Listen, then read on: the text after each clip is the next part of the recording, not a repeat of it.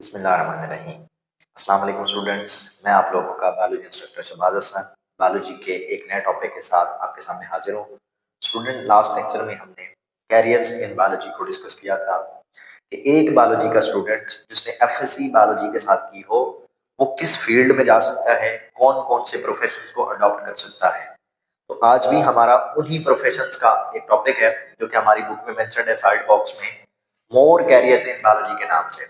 ठीक है, सिर्फ वही प्रोफेशंस नहीं है जो पहले हमने डिस्कस किए हैं कि एक बायोलॉजी का स्टूडेंट एफएससी के बाद सिर्फ उन्हीं में जा सकता है, ऐसा नहीं है। ये भी कुछ प्रोफेशंस हैं जिनमें एक बायोलॉजी का स्टूडेंट अपनी एफएससी बायोलॉजी के साथ मुकम्मल करने के बाद इन प्रोफेशंस को अडॉप्ट कर सकता है।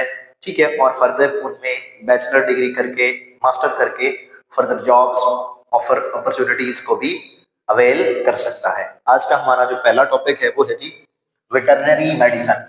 ठीक है, वेटरनरी मेडिसिन मतलब जानवरों की मेडिसिन के बारे में हम इसमें डिस्कस करते हैं कि जानवरों के अंदर कौन कौन सी बीमारियां हैं, उनका इलाज क्या है, और अगर कोई सर्जरी करनी पड़ती है तो वो भी हम देखते हैं। ठीक है, डायग्नोज करते हैं डिजीज को, ट्रीटमेंट करते हैं डिजीज की, और सर्जरीज भी करते हैं।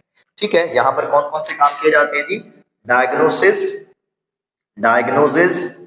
And treatment of the diseases in animals. Treatment of the diseases in animals. समझ आ रही है? हम एनिमल्स के अंदर इस ब्रांच में पढ़ते हैं, इस प्रोफेशन में हम एनिमल्स के बारे में देखते हैं कि एनिमल्स के अंदर कौन कौन सी बीमारी है, मतलब उस बीमारी की तशखीस करते हैं और उस बीमारी का इलाज करते हैं। इसके साथ हमारे पास और क्या है जी? सर्जरीज भी करते हैं, and perform surgeries in animals. ये तीनों काम इन एनिमल्स, ठीक है, किए जाते हैं इस वेटरनरी मेडिसिन के प्रोफेशन में। समझ आ रही है बात की कि हमारे पास डायग्नोज करते हैं बीमारियों की जो एनिमल्स में है, उन बीमारियों का इलाज करते हैं जो एनिमल्स के अंदर है। ठीक है, और एनिमल्स की सर्जरीज को भी परफॉर्म किया जाता है। इसके लिए भी एक स्पेशल कोर्स है, मतलब हमारे पास, जो कि HEC से रिकॉग्नाइज्ड यूनिवर्सिटीज जो है ना वो करवा रही है, जिसको हम कहते हैं DVM, doctor of veterinary medicine. ठीक है, वो सारा ये इन मामला को डील कर रहे होते हैं। इसके बाद हमारे पास है इन्वायरमेंटल साइंसेस। तो इन्वायरमेंटल साइंसेस नाम से जाहिर हो रहा है कि इन्वायरमेंट के अंदर होने वाले मसाइल को इस ब्रांच में, इस प्रोफेशन में हल किया जाता है। ठीक है, कि solving biological issues, solving environmental issues या solving biological issues, environmental issues. ठीक है, related to pollution and natural resources. इसमें क्या किया जाता है जी? सॉल्व किया जाता है इन्वायरमेंटल इश्यूज को जो कि रिलेटेड हो, रिलेटेड टू किस किस चीज से रिलेटेड है जी? पोल्यूशन, क्योंकि वो भी इन्वायरमेंट के अंदर ही हो रही है। ठीक है, पोल्यूशन से रिलेटेड मसाइल को हल किया जाता है।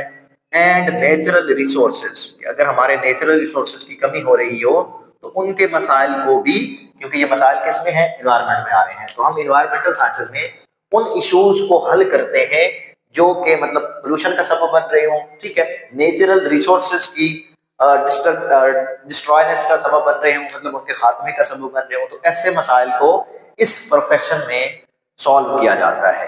ठीक है, इसके बाद हमारे पास क्या है जी? माइक्रोबायोलॉजी। तो माइक्रोबायोलॉजी में क्या किया जाता है कि जो इसके प्रोफेशनल्स होते हैं वो करते हैं जी, रिसर्च करते हैं ऑन माइक्रो ऑर्गेनिजम्स। ठीक है, माइक्रो ऑर्गेनिजम्स हमने पढ़ा है ना कि माइक्रोबायोलॉजी माइक्रो ऑर्गेनिज्म की स्टडी को कहते हैं।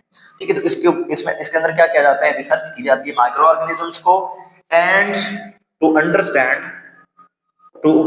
अंडरस्टैंड इस मकसद के लिए रिसर्च की जाती है, अंडरस्टैंड देयर इम्पैक्ट। ठीक है, अंडरस्टैंड देयर इम्पैक्ट, कि इनका दूसरी जिंदगी के ऊपर क्या असर है। कि हम रिसर्च करते हैं माइक्रो ऑर्गेनिज्म के ऊपर टू अंडरस्टैंड, ये समझने के लिए there impact on the other organisms. समझ आ रही है बात की? नाम से जाहिर हो रहा है माइक्रोबायोलॉजी, तो इसमें माइक्रो ऑर्गेनिज्म को रिसर्च इसकी की जाती है कि किस तरह से ये हेल्थ को इफेक्टेड है। ठीक, इसके बाद हमारे पास है जेनेटिक काउंसलिंग।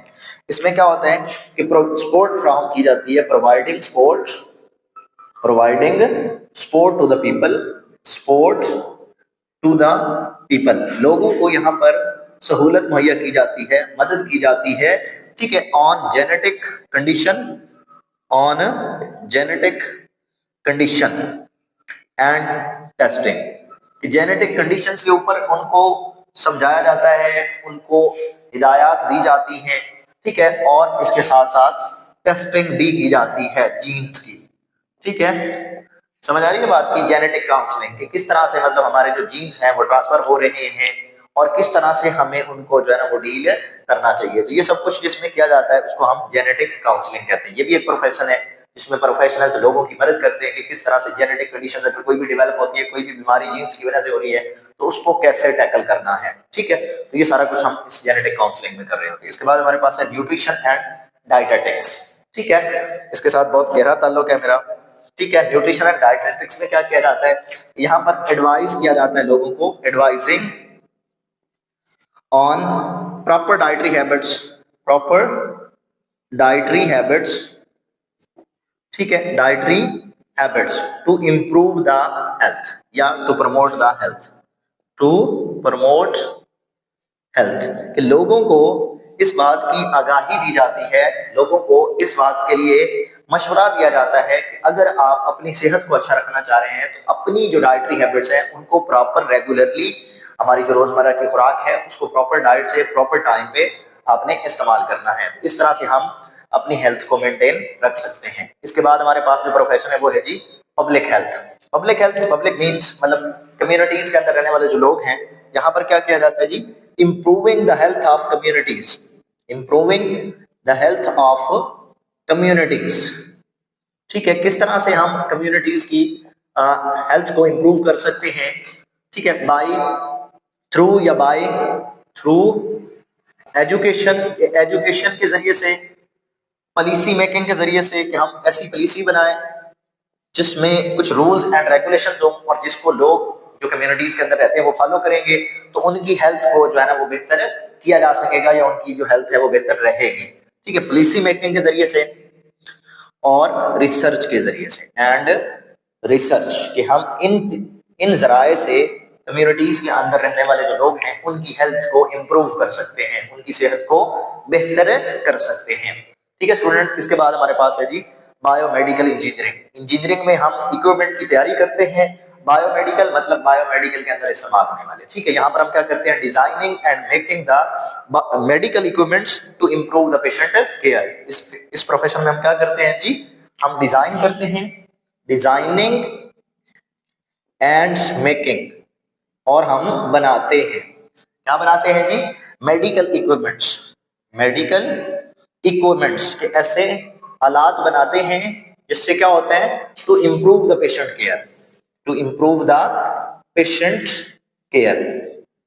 समझ आ रही है बात की, इंप्रूव द पेशेंट केयर मतलब ऐसी ऐसी मशीनें ईजाद हो चुकी हैं, ऐसे ऐसे औजार ईजाद हो चुके हैं, ऐसे ऐसे इक्विपमेंट ईजाद हो चुके हैं जो एक पेशेंट की बेहतर केयर करने में हेल्प करते हैं, ठीक है। तो हम जिसमें ये कर रहे होते हैं, जिस प्रोफेशन में, वो हमारे पास क्या होता है, बायोमेडिकल इंजीनियरिंग, ठीक है। मुख्तलिफ इक्विपमेंट्स बनाए जाते हैं जो हम मेडिकल फील्ड के अंदर इस्तेमाल करते हैं और जो पेशेंट्स होते हैं उनको बेहतर तरीके से उनकी हिफाजत की जाए, उनकी सेहत का अच्छा ख्याल रखा जाए। इसके बाद हमारे पास जो लास्ट वन है वो है जी बायो इन्फॉर्मेटिक्स।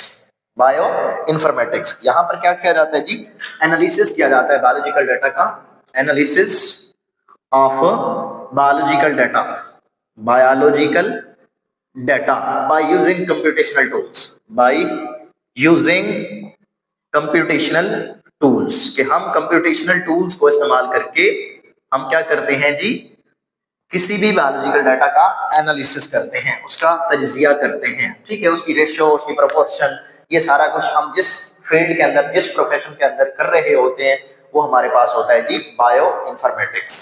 तो ये आज का हमारा टॉपिक था, मोर कैरियर्स इन बायोलॉजी, के एक बायोलॉजी का स्टूडेंट अपनी एफएससी बायोलॉजी के साथ मुकम्मल करने के बाद इन प्रोफेशंस को भी अडॉप्ट कर सकता है। मैं उम्मीद करता हूं कि आपको ये टॉपिक अच्छी तरह से समझ आ गया होगा, इसको आपने बुक से भी अच्छी तरह से रीड करना है और याद करना है। अल्लाह हाफिज।